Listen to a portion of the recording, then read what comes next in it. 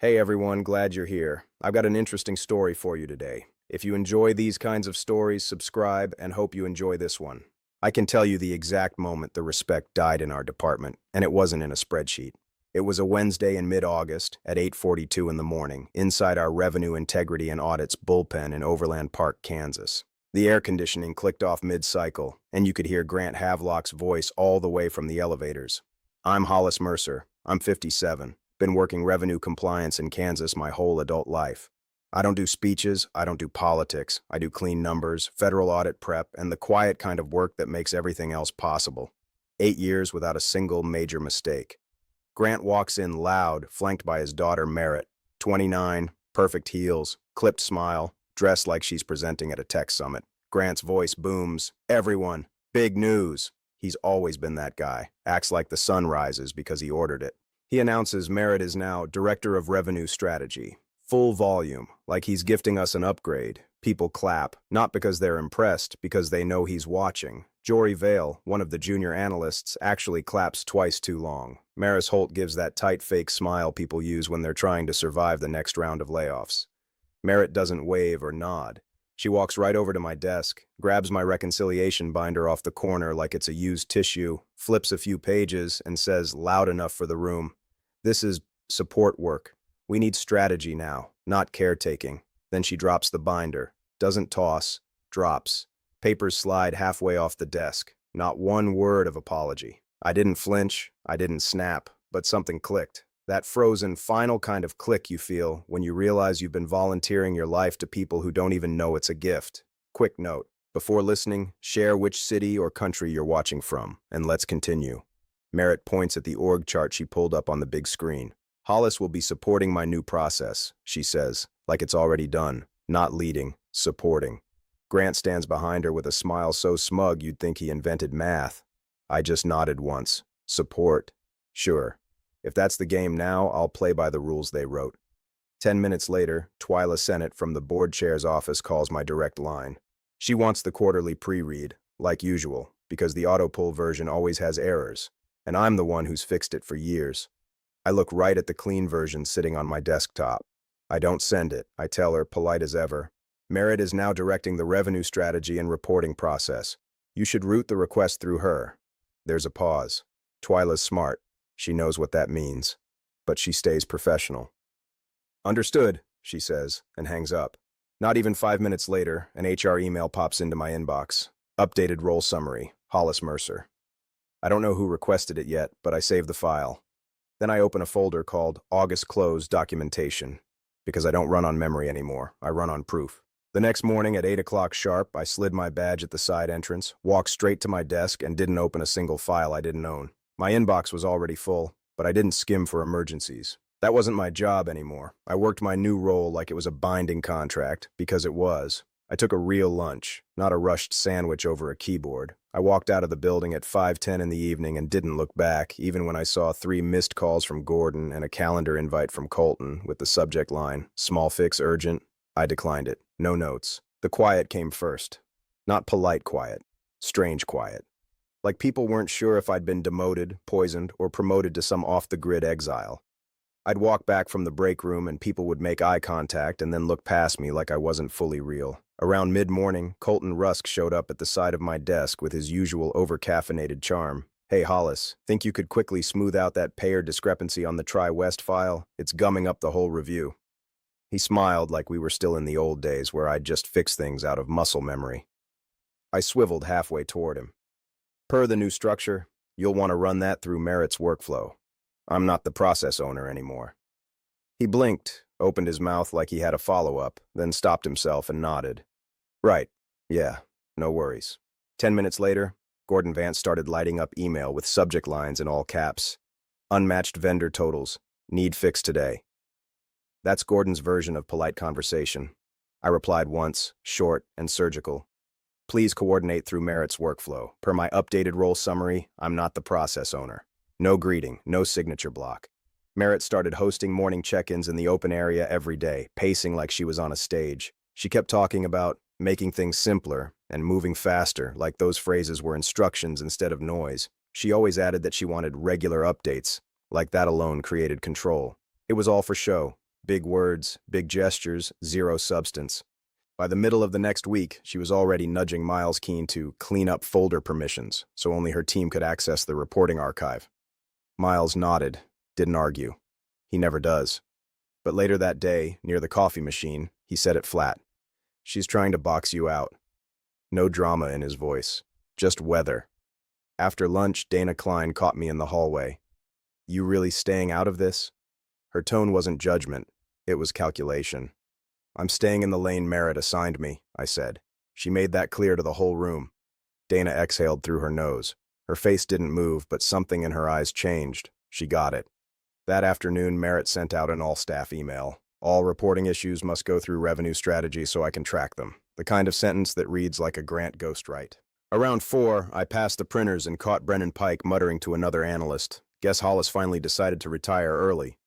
Then he looked up and saw me. His smile died halfway. He wasn't mean, just scared. Scared people say stupid things. At home that night, I sat at the kitchen table with leftover chicken and my work phone screen glowing. No emails were urgent. No fires were mine. I flipped the phone over and let the silence stretch. It felt wrong for 5 minutes. Then it felt like breathing. Friday morning started ordinary enough that most people didn't notice the missing piece. I noticed it the second I logged in. Every morning for years, I ran a quiet crosswalk checklist that tied claims, deposits, and adjustments together so the system balanced itself before anyone important looked at it. It wasn't fancy work. It was the kind of boring maintenance that keeps a machine from shaking apart. That morning, I didn't run it. By around 10:15, the first ripple showed up. Gordon Vance stepped out of the payments section and started pacing the aisle between cubicles, holding a printed sheet like it had personally insulted him. He kept repeating that contractor payments looked like they had zeroed out, which made 2 analysts peek over their cube walls and start whispering. A few minutes later, 3 more people were staring at their screens with that tight look people get when numbers stop behaving. Merritt finally came out of her office carrying a tablet, walking slow like she expected the room to quiet down just because she appeared. She glanced at the monitors people were pointing at and gave a confident nod that didn't mean anything. This is just a display issue, she said, loud enough for half the floor to hear. We're moving on from the old way of doing things anyway. When she said the word legacy, she turned her head slightly toward my desk. Not subtle, just a reminder about who she planned to blame if the story needed one. 10 minutes later, Grant stormed in from the executive hallway looking red in the face and already annoyed. Why are contractor payments showing wrong? He asked Merritt in that impatient tone he used whenever the numbers embarrassed him. Merritt didn't hesitate. The old controls are clogging the dashboard logic, she said. We're transitioning away from them. Grant nodded immediately, like the answer made perfect sense. It always helped him to believe the problem lived in the past instead of in the decisions he made yesterday. A minute later, Merritt walked to my desk and leaned closer so fewer people could hear her. Just fix it quietly, she said. We don't need drama around something small. I kept my hands folded on the desk and answered the same way I would answer an auditor. Per the updated role summary, I'm not running the control chain unless that responsibility is formally returned to my scope. She stared at me like she'd just discovered gravity could turn off. Around noon, Dana sent me a message on chat. This is going to get ugly. I typed back 3 words. Save everything. Late that afternoon, another HR email landed in my inbox, attached to the earlier role summary. This one included a note saying the clarification had been requested by revenue strategy. The wording made it sound like I had asked to step back from ownership myself. That part almost made me laugh. I didn't reply. I downloaded the message, saved the attachment, and locked both files into my documentation folder with the timestamp still visible. Near closing time, Brennan walked past my desk and muttered, barely above a whisper, "This is getting dumb." He didn't stop walking, but the tone told me he finally felt the ground shifting. At 5:10, I shut down my computer and walked out like usual. The parking lot was quiet except for 2 cars still sitting under the same light near the entrance, Grant's black sedan and Merritt's white SUV parked side by side like a little private driveway. I stood there a second, then unlocked my truck and climbed in, already turning the key. The pressure started building by Monday morning. Not fake pressure, real heat. We were heading into a board update and prepping for an external review, and that meant the numbers had to hold up under someone else's flashlight. Porter Lasky from marketing kept bouncing around between departments like he owned the place, pushing slide decks full of pretty trends that didn't connect to any actual ledger. Porter's the kind of guy who thinks momentum is a metric and that vibes count as evidence. His spreadsheets were all lipstick, no backbone. Merritt loved him. They spoke the same fantasy language. Making revenue sound better, she called it, like compliance was a branding opportunity. They kept talking about the story, like the laws of math were optional if you sounded confident enough. Tuesday morning, Twyla emailed again asking for the full board pre-read packet by close of business Thursday. That used to be my file. I built it clean, tied every number back to its source, and kept the deck from blowing up under scrutiny. This time I didn't touch it. I forwarded the email to Merritt and wrote one line. Per org update, routing to revenue strategy. Merritt replied all cheerful like she was handing out free samples. Got it. Then she messaged me directly. Hey, where does the old backup file live again? I answered once. Shared drive folder has all versions by date. Then I closed the chat window and moved on. That afternoon, Dana caught me in the break room and asked if I'd heard about the late-night scramble. Merritt had pulled Jory and Maris into a private late-night meeting and told them to rebuild parts of the pre-read deck manually. Dana wasn't in the meeting, but she saw the invites. She said her analysts were talking about it, voices low, like they'd been dragged into something they didn't understand. Wednesday, Porter dropped a spreadsheet into the shared folder with his usual gloss, clean fonts, fake precision. But the dates were shifted. Revenue from the upcoming quarter had been pulled forward to make this one look stronger. It wasn't fraud, not yet. But it was the kind of number massaging that gets you investigated when the wrong person asks the right question. I opened Merritt's working draft Thursday morning. It was glossy. It was wrong. Values pasted instead of formulas. Tabs stripped of checks. Totals off by thousands. I didn't fix it. I saved a copy and opened file properties. Creation time, author name, modification path. I logged it all. That night, I didn't stay late. I drove home, ate dinner at the table, and helped my youngest practice parallel parking behind 3 cones we set up near the driveway. He clipped one, muttered something under his breath, then laughed. I laughed with him. Saturday, I left my phone on the counter and walked through a small farmer's market west of town. Bought pepper jelly I didn't need. Didn't check email. Didn't care what folder was on fire. Sunday night, Dana texted, "They sent the deck." I replied with one line. "You archived the sent version?" Monday morning hit like a slammed door. The whole floor felt wired, tight, fast-moving, like something had already gone wrong and everyone was trying to figure out who knew it first. People were grouped in little clusters near the copy machines and stairwell, voices low but urgent. When I logged in, my inbox was stacked, not with task questions or status updates, but full-on executive-level CC threads, half of them just people asking each other what in the world was going on. That's when I knew it wasn't a glitch. This was the moment. The revenue dashboard was pure chaos. One region showed double earnings overnight, another showed negative revenue, as if we were paying patients to walk in the door. That wasn't a formatting error. That was a broken logic chain, and I knew exactly why it happened. From my cube, I heard Merritt's voice echoing from the second-floor conference room. "The data is solid. It's just the dashboard presentation." Loud enough for the hallway to hear. That sentence always sounds confident until you ask literally one follow-up question. A few minutes later, my desk phone rang. Dana's voice came through like she was whispering under a blanket. "The cost side is throwing errors. The formulas are pointing to a file stored on Merritt's laptop, not the shared drive." I didn't even answer right away. I just stared at my screen. "She started patching it locally over the weekend," Dana added. "Now the whole chain's pointing back to her device. She asked me to fix it. Just this once," she said. And I knew she didn't mean that as a favor. She meant it as an ask from someone who knew I could still salvage it, if I bent the rules. I didn't. "If I touch Merritt's model, I break the workflow structure she put in writing," I told her. "I'm not covering for this." Dana went silent for a beat, then said, "Okay, I'll put it in writing that we're blocked by her local file." By 10:30, Grant showed up on our floor, red in the face and sweating under his collar like he'd just come down 3 flights of stairs. "What's the issue here?" he asked me, using his favorite fake calm voice. "Just a small hiccup, right? You can smooth it out?" Behind him, Merritt stood with her arms crossed in that same smug posture like I was some underperforming intern. I looked him straight in the eye.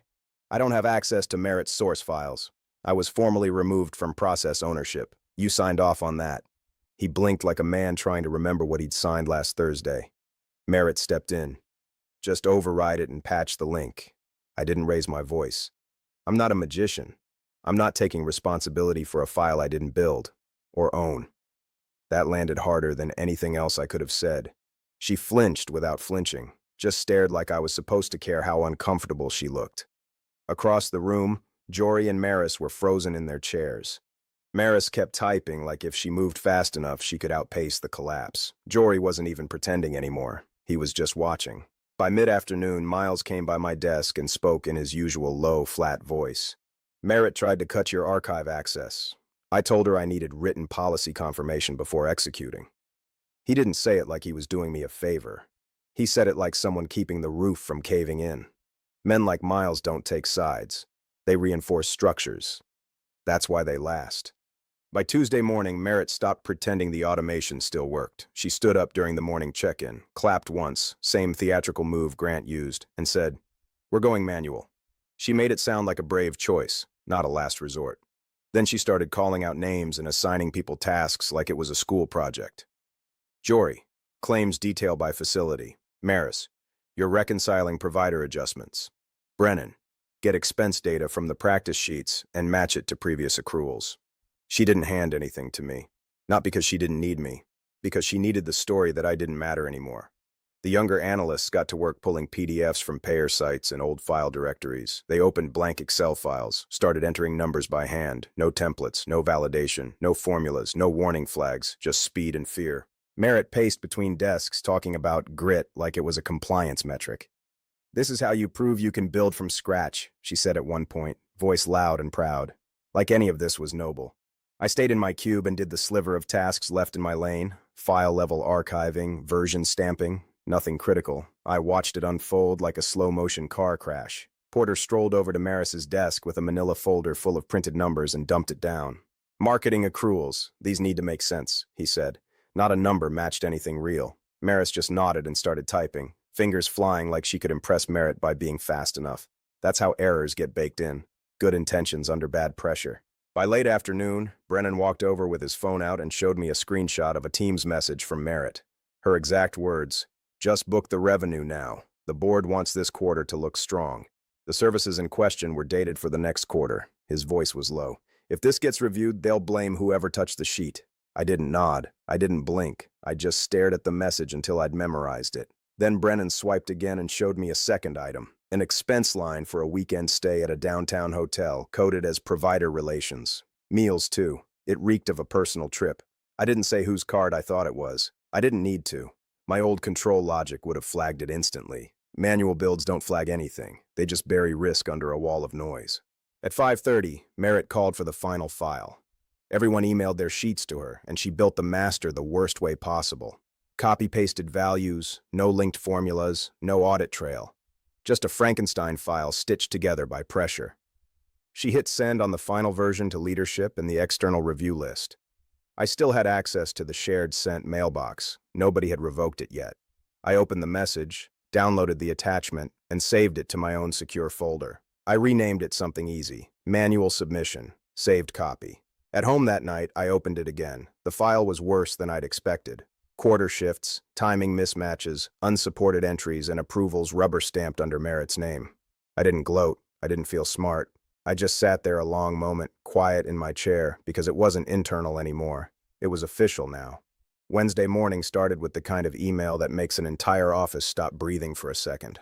Ellis Crow, the external audit partner, sent a message to the leadership distribution list. It was short, formal, and sharp enough to cut through the usual corporate noise. He flagged revenue timing inconsistencies in the submitted report and said the phrase, "nobody in compliance ever wants to see in writing." Material weakness in internal controls. That phrase doesn't mean someone made a typo. It means the system itself might not be trustworthy. You could feel the shift across the floor almost immediately. Conversations got quieter. Even the people who usually joked their way through deadlines stopped laughing. Gordon's email thread suddenly lost the all-caps shouting. Porter stayed inside his office longer than usual. Grant started walking the hallway faster, like motion alone might solve the problem. About 20 minutes after the email landed, Merritt walked straight to my desk, holding a printed copy of the message like it was evidence in a courtroom. "What exactly does material weakness mean?" she asked. Her voice sounded steady, but the grip on the paper told a different story. I didn't dress it up. "It means outside reviewers think our controls aren't reliable," I said. "If that sticks, it can trigger refund demands, regulatory attention, maybe investor panic. It's not a small note." Merritt leaned closer and lowered her voice. "Just email Ellis and tell him it was a clerical mistake." She said it casually, like she was asking me to fix a formatting error in a slide deck, like I was the family mechanic who quietly repaired things after she broke them. I didn't argue. I opened my email and wrote one response. I kept it clean. No emotion, no commentary. I did not build, review, or submit the manual report referenced in your message, I wrote. My responsibilities were formally reassigned prior to its creation. I do not have access to the source file used for the submission. Questions regarding authorship or methodology should be directed to the current process owner. Then I copied Grant, Patrice, the CFO, and Rhea Donnelly from legal before sending it. The reply from Rhea came within minutes. All external communication regarding revenue reporting is frozen immediately. Preserve all files and correspondence. Leadership meeting in the boardroom. That was classic Rhea. No speeches, no soft language, just containment. From my desk, I could see the boardroom through the glass wall. I couldn't hear a single word, but the body language told the story anyway. Grant stood up more than once, pointing at something on the table. Merritt sat smaller in her chair than I had ever seen her. Patrice stayed perfectly still, watching everything like someone calculating a risk model. Later that afternoon, Dana stopped by my cube and spoke quietly. She tried to say you were helping her behind the scenes, Dana said. I heard it when they pulled me into the hallway. Dana paused before adding the second piece. Patrice asked one question that killed the room. She said, if Hollis was only support, why does his name appear on every historical control log? A few minutes after Dana left, a message popped up from Miles. Do not delete anything. That was his way of choosing a side without announcing it. That night at home, I printed the HR role summary and the follow-up note showing the request came from Revenue Strategy. I slid both papers into my documentation folder and closed it carefully, because if someone tried rewriting the story later, I wanted evidence that didn't care about anyone's opinion. My desk phone rang at exactly 2:15. Patrice's voice came through calm, but clipped. Hollis, come to the boardroom. That tone always reminded me of a pilot trying to sound calm while flying into a thunderstorm. When I stepped into the room, the energy shifted. Grant was already standing, trying to lead the conversation before I even sat down. He used that practiced fatherly voice of his, the one built to sound wise and gentle, unless you'd been around long enough to remember how much of this mess started with him. Merritt was already in a chair, spine stiff, eyes locked on the table like she was waiting for the floor to swallow her. Rhea Donnelly had a pen in her hand and a stack of printed emails in front of her. She wasn't looking at anyone, just reading. Grant started in. We just need a fast correction. Clean the file up, put it in the right format, and we can close this out by end of day. I didn't move. I can fix the reporting, I said, but I'm not touching a contaminated file unless my authority and scope are documented. No favors, no off the record. Nobody jumped in, so I laid it out. I've saved the manual submission that went out. I have the file properties showing authorship. I have the HR update showing that the change in scope came from Revenue Strategy. And I have the access history showing when I was removed from the source folders. I didn't look at anyone in particular. I didn't give a speech. I just let the paper trail speak. Grant tried again, tone sharper now. We needed you to step up.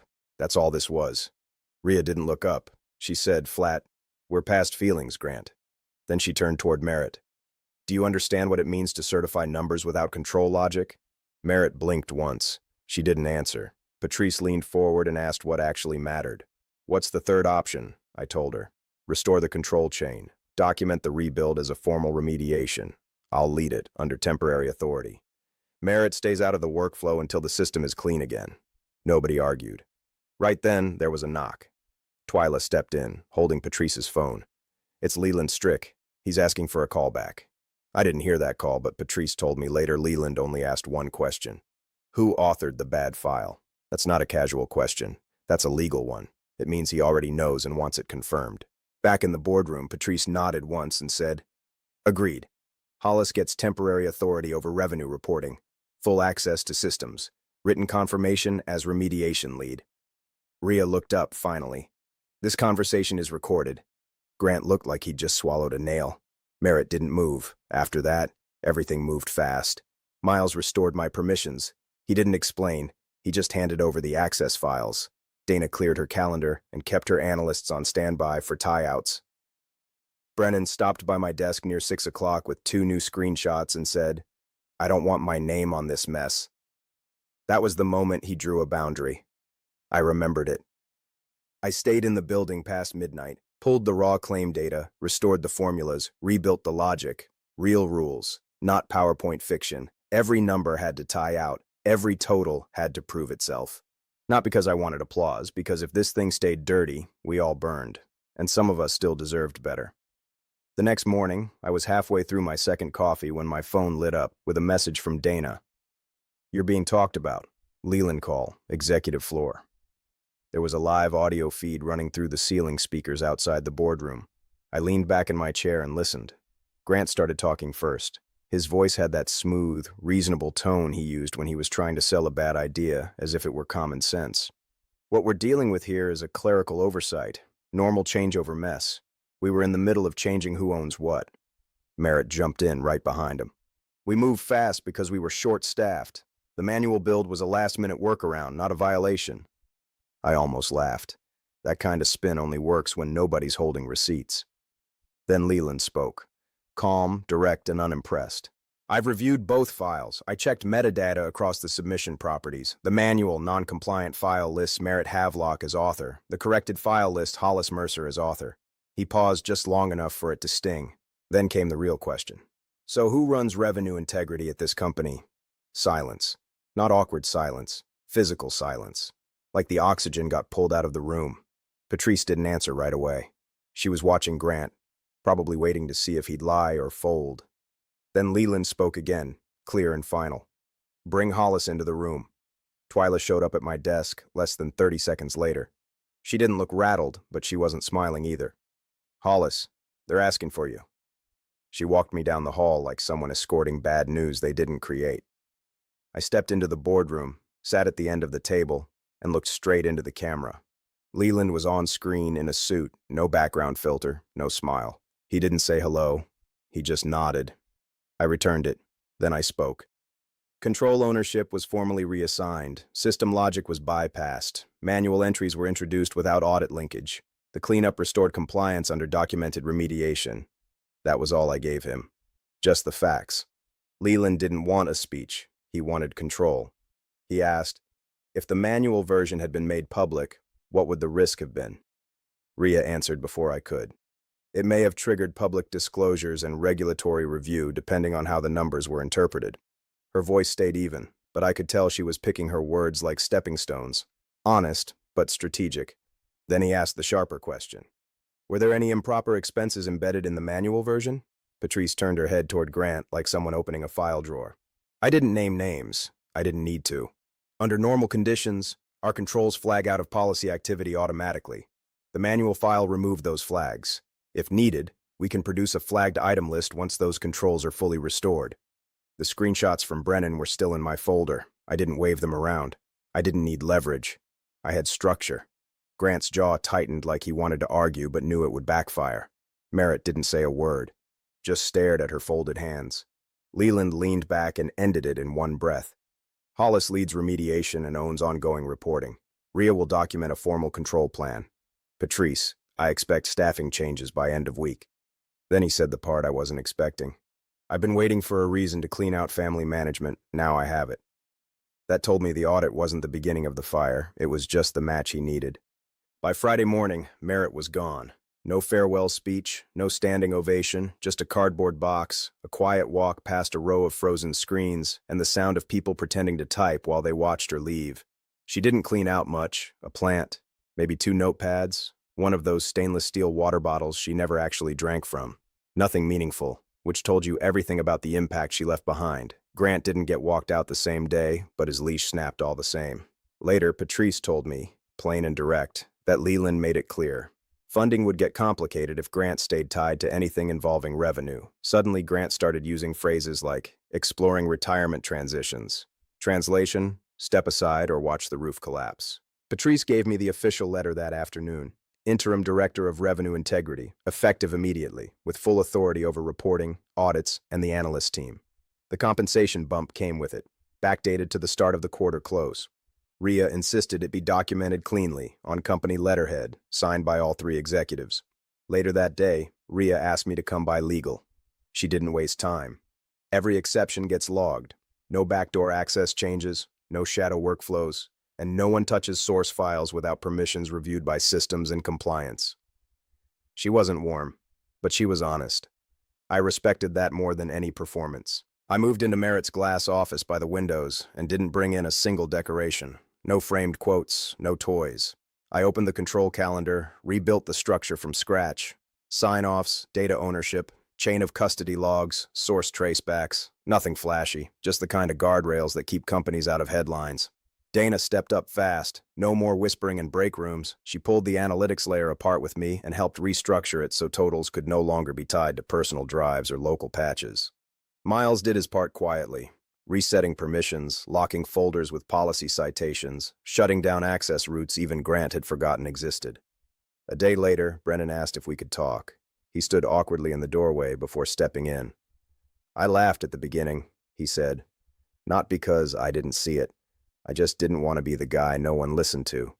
I told him, fear's not the problem. Fear's only a problem when it makes you lie.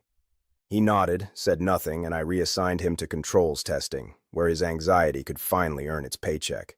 I sent the next board pre-read myself. Twyla responded 10 minutes later. Received, thank you. No exclamation points, no commentary. That was all I needed from her level of the building. One night at home, I was putting dishes away when my kid asked, "Why do you look less tired now?" I told him the truth. I stopped rescuing people who throw me under the bus. It wasn't a speech, it was just the truth. A week later, after Rhea gave the go-ahead, I deleted Merritt's leftover strategy drafts from the shared drive, not out of revenge, out of hygiene. The system was ours again, and next time someone tried to run it on charisma and shortcuts, they wouldn't just lose control. The metadata would get there first. Hang on, real quick, let me ask you something. If you were in my shoes, would you stay quiet and fix it to keep the peace? Or would you put everything in writing and let the truth burn the right people? If you've got the hype feature, tap it to support this video and help it reach more people. Please subscribe and hit like too. It's huge for us and it's just one click. Then drop a comment, even if it's just good story, or tell me what you would have done.